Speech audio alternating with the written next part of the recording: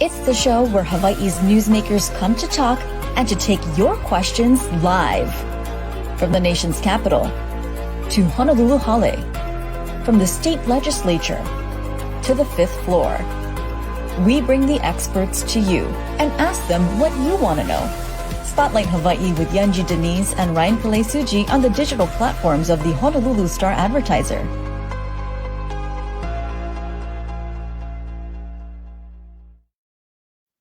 Well, aloha and thanks for tuning in here to Spotlight Hawaii. I'm Ryan Pele-Suji, joined by Yanji Denise, and we are live this morning, of course, on the digital platforms of the Honolulu Star-Advertiser. And this morning we are reflecting back on this last legislative session, the accomplishments made, and maybe some of the misfires or miscues and missed opportunities, as well as trying to get a better gauge of how the governor's first administration and year in office did. Yeah, it's very interesting. And to break it all down for us today, we have two political powerhouses. We're so lucky to be joined by UH professors and political analysts, Neal Milner and Colin Moore. Let's bring them in now. Gentlemen, good morning. Thanks for being here. Great to be here. Colin, I want to start with you. And I got to say, as someone who tracks this, obviously not as closely as you and Neal, but, I do pay some attention. I am very confused as to what all happened in the last week, especially on those last 2 days. What's your takeaway? How did things go?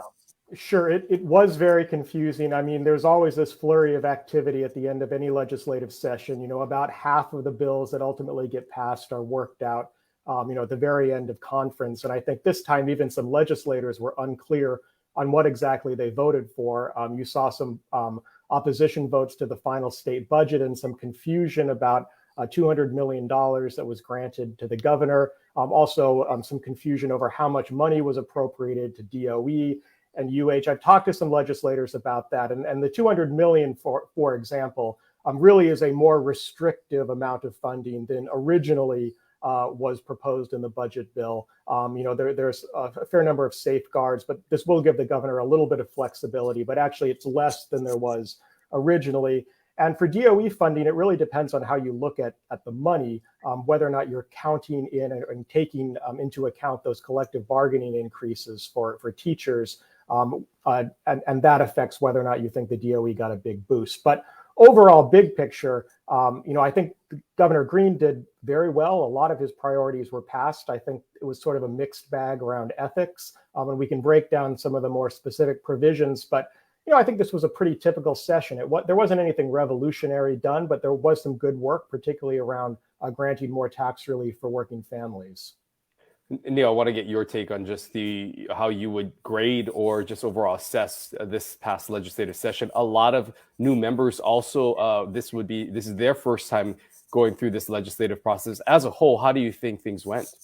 Well, I agree with Colin. Big picture is it went pretty well. And all of the concern that people had about the legislature and all its motives about whether it liked Josh Green or didn't like Josh Green, it turned out that he handled the whole process pretty well by not making all that big a fuss about his losses early on.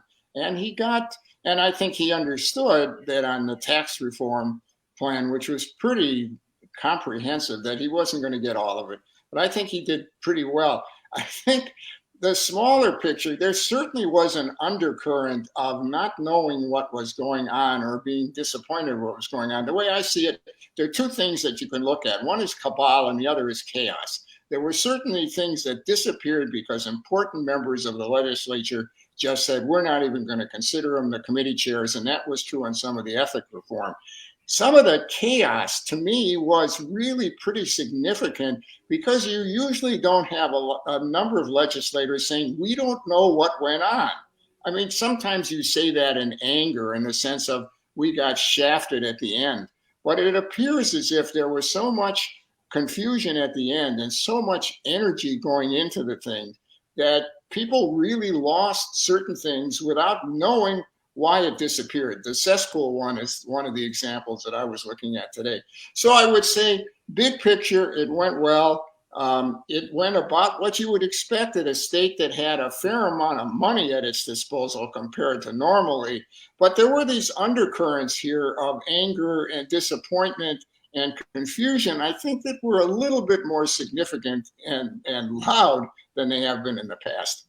Interesting. And Neal, let's stick with you for a second and talk about some of the specifics. Let's start with HTA, where that all shook out. The legislature giving allocating no funding to the agency, but at the same time giving the governor that $200 million to do with what he will, with, of course, some provisions of oversight. What are we expecting to happen to HTA given all that went on? Stumbling on, I guess. I don't see, they have no long-term mission anymore. They have they don't have significant support to say we're going to continue. And I think this is just kind of a blood transfusion in the meantime. It's interesting that legislatures who normally jealously guard their prerogatives and who during the Ige administration got a bit upset about all the emergency powers and discretion that he had, just sort of gave the governor I'm waggling my fingers here, opportunity to figure out how to keep HTA going. And I think what that really reflects is not so much a confidence in the governor, but not coming to a point at the end of the session when they were either unwilling or unable to take the next step, which appeared to be getting rid of HTA. So I guess limbo is the best way to describe it, but it's a limbo in the absence of limb. You're not sure what's going to happen here. And Colin, just to expand more on HTA, I mean, when you look at some of the proposals that were being put forward about potentially moving this under DBED or providing some funding in that way to what ended up at the result, we've heard from hospitality officials that we've talked to on this program who have made a very strong case as to why they say HTA is needed. Yet there didn't seem to be that agreement by lawmakers this session. Just playing off of what Neal says, what is the future of HTA and how do you think this navigates in the off session? Yeah, it's a great question. I mean, at the end of the session, they basically decided not to decide anything about HTA. There were two competing proposals to really transform it into what's known as a destination management agency that takes a more holistic view of tourism. One of those would be inside DBED. But what confused me this whole session is neither of those bills, although they slowly advanced, really got the sort of vigorous hearing you would expect. The legislature didn't really coalesce around one of those proposals. And at the end of the day, of course, nothing happened. I think the irony here is that despite the fact that HTA has a bad reputation, they've pivoted really dramatically over the last few years into this destination management mode. But they're still struggling, I think, to get legislative support. I think, ironically, HTA, a marketing agency, really suffers from having a bad brand, despite the fact that I think they're trying to do what people want them to do, which is to market Hawaii in a way that attracts respectful tourists, people who are really willing to respect and invest in this place. And without HTA, I really am concerned because the hotel industry doesn't have any incentive to really listen to citizens to understand how they want tourism to reform. They want to get people staying in their hotels. So HTA really is the voice of the people, and perhaps it needs to be reformed, but I think eliminating HTA would be a real mistake. So I was disappointed that there wasn't a more serious conversation about where we want it to go. And maybe what that means is we need a real study around tourism governance, a more careful look at what the reform should be. Let me just add, please go ahead. Can I just add one thing real fast? Destination management is an awesome term in two ways. It's awesome in the extent to which the amount of time it tends to pivot, really. It's awesome also in the sense that it's a term that's so vague that lots of people fill it in different ways. And I think part of the problem with the legislature dealing with HTA is that there are very different visions about what that means, and there are very different timelines about how fast it should happen. I'd like you to both reflect on this $200 million because this is new. And as Neal pointed out, we went from having a legislature that said, we want to take back all of the governor's emergency powers. We don't want any of that. And now here they are giving him $200 million. There is some oversight. Colin, let's start with you on, just explaining to people what this fund is and how you expect it to be used.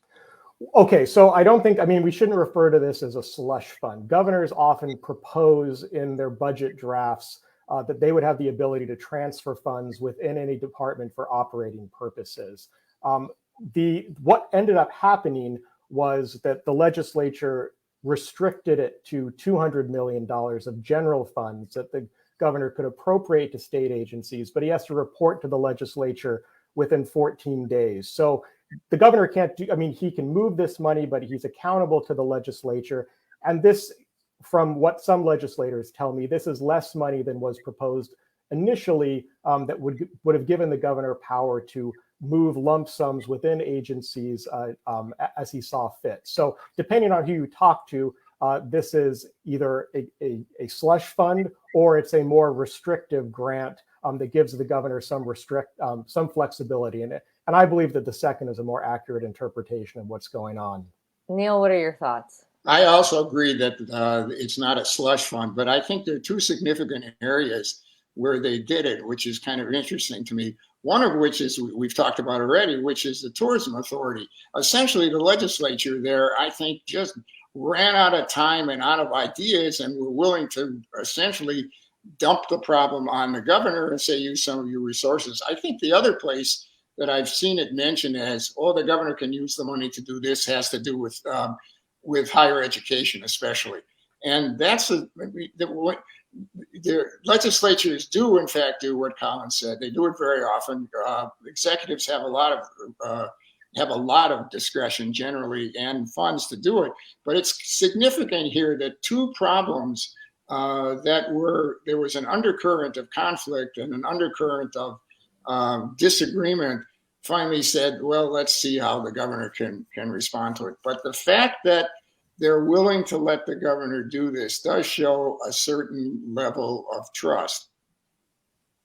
I want to go back to just the chaos that we saw in the last few days of the legislature and during conferencing sessions and during this conferencing time, I should say. There is just a lot of negotiation. There is a lot of running around. You see aides running everywhere, lawmakers being pulled from one room to the next. As someone who has worked in that environment before, I know how crazy it gets. But this year seemed to be beyond what we normally would see in a normal final days of the legislative session. Neal, we'll start off with you. How do you think we best resolve this? Because as we say, you go through this entire legislative process through months and months of testimony and arguments and hearing these bills through to sometimes within the final minutes of session, things just being thrown together almost haphazardly. How do you think lawmakers and the legislative body as a whole can avoid these types of situations moving forward? Well, one way would be if you had a longer session. It just seems crazy to me that, that's not necessarily easy to do, but a longer session might give some time. It's an enormous amount of work that has to be done in a short period of time. The legislature can look at some of its other processes to see what it can do.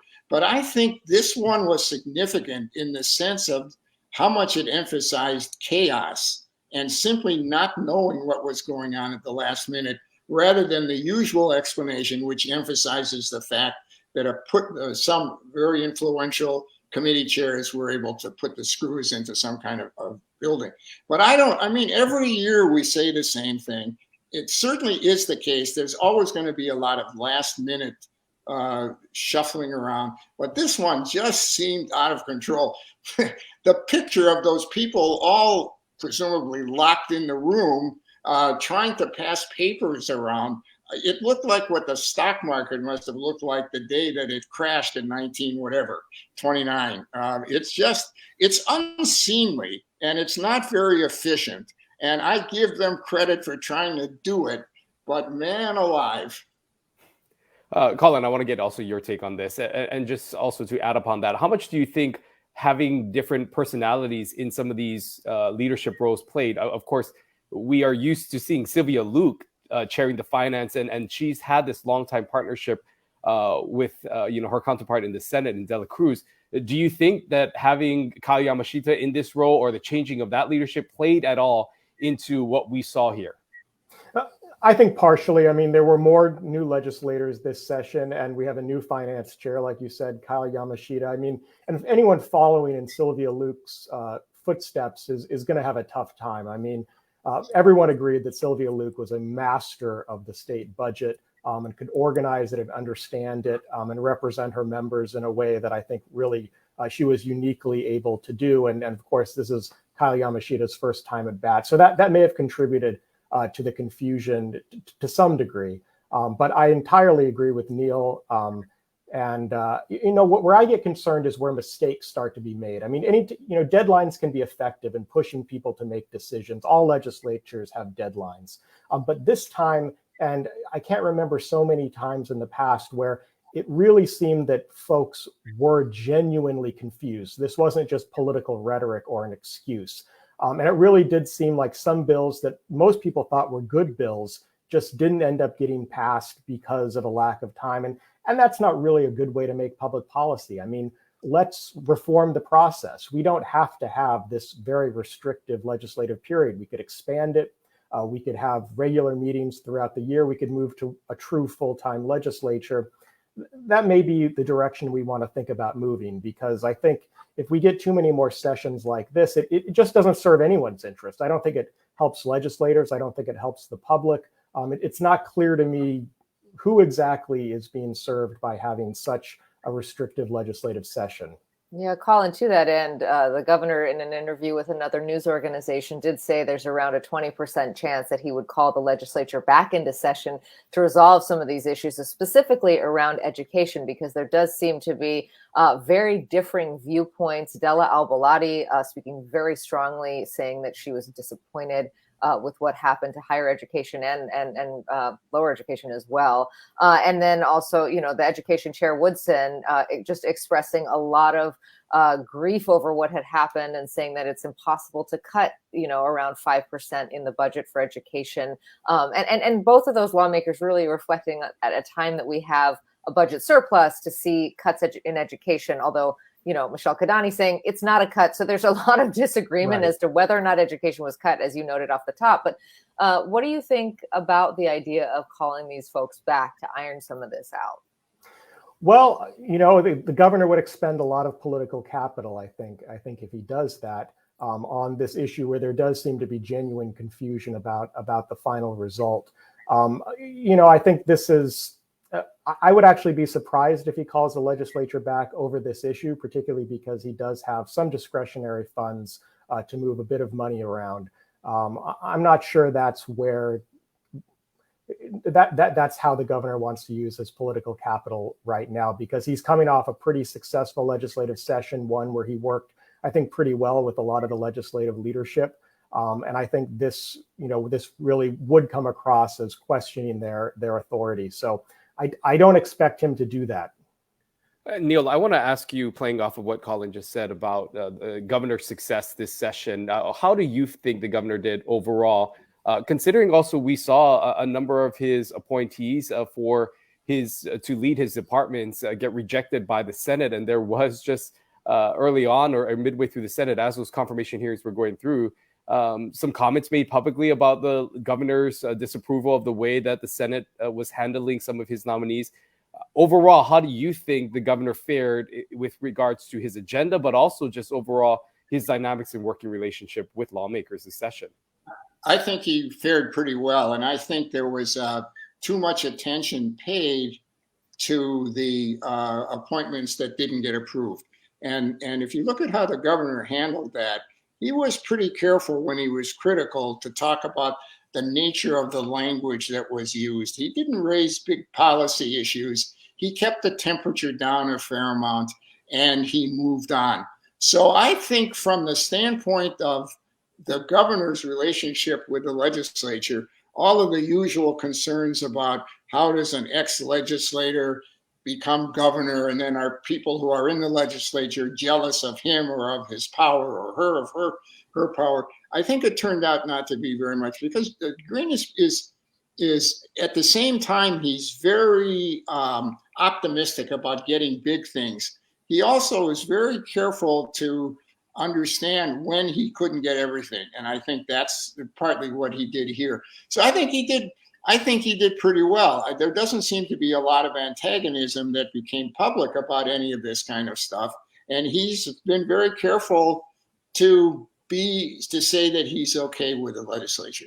You know, Neal, one of the things he didn't get was the green fee. And this, of course, is something that he ran on. It was really a lot of tax reform that he promised and charging a visitor impact fee to benefit the environment. He did get, I believe, $100 million to go toward the environment in this budget. So it's not that, you know, that's a significant amount of money and is aligned with those priorities.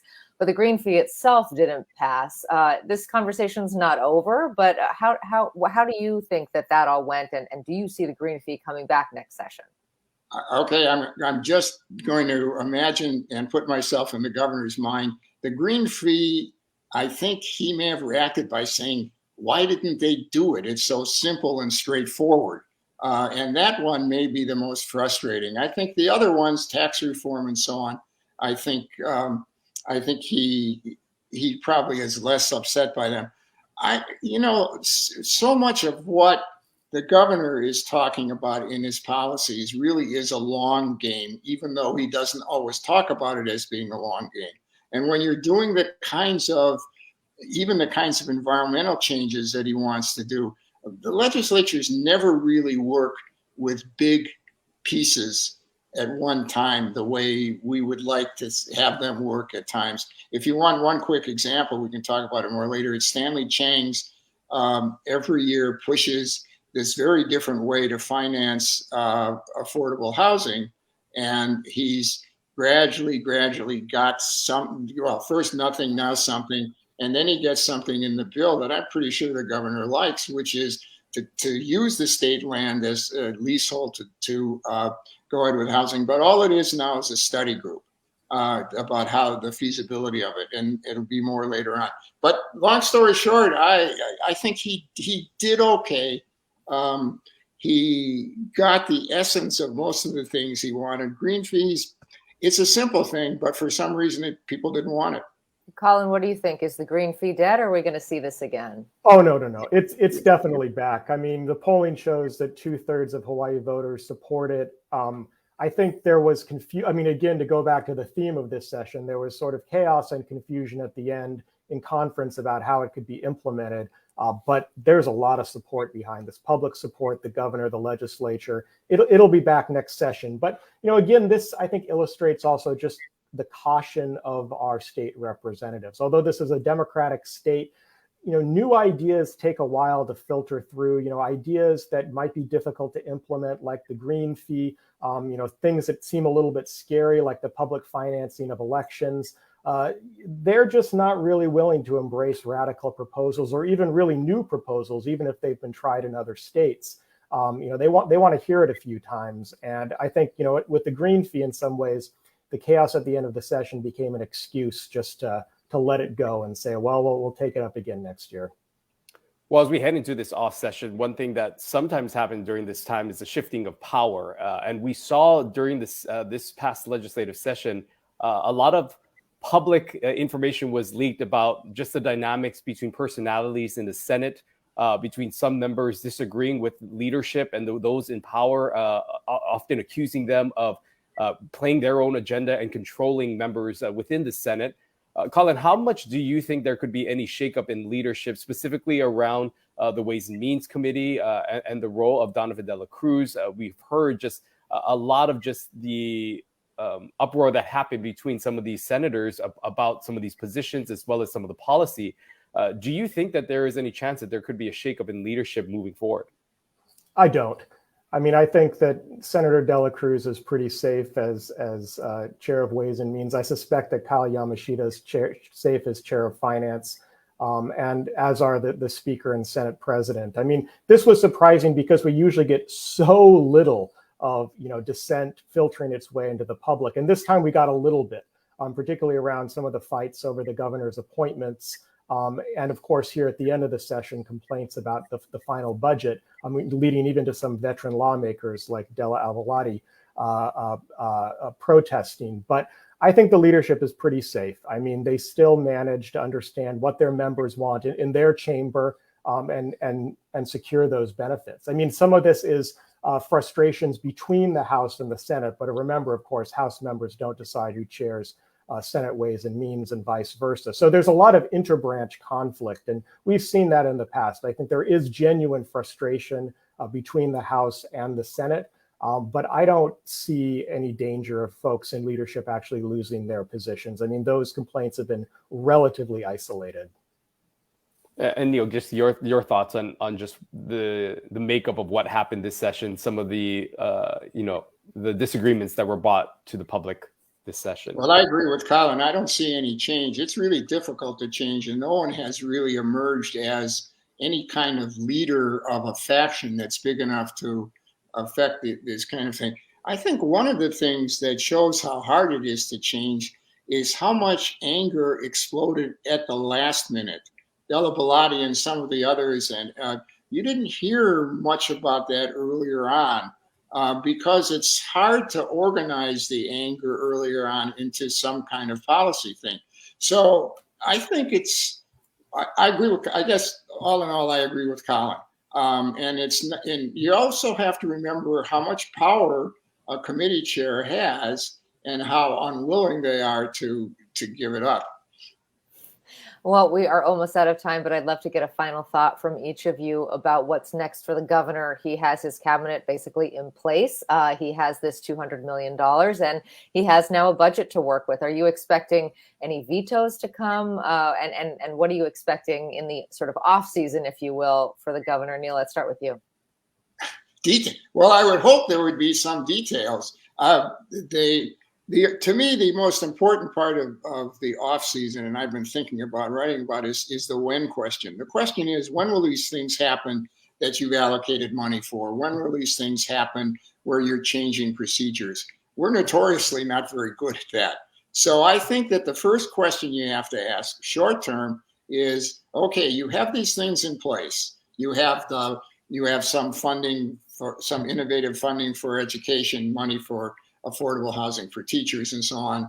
What's going to happen? How's that going to take place? I think that I don't think any of the issues that we dealt with here in the legislature, even when they did very good work, is the end of any of those issues. It's going to be more and more of the same thing. It's going to be more of tourism and everything else. And I don't think there's going to be any kind of game changer just continuing to plow on.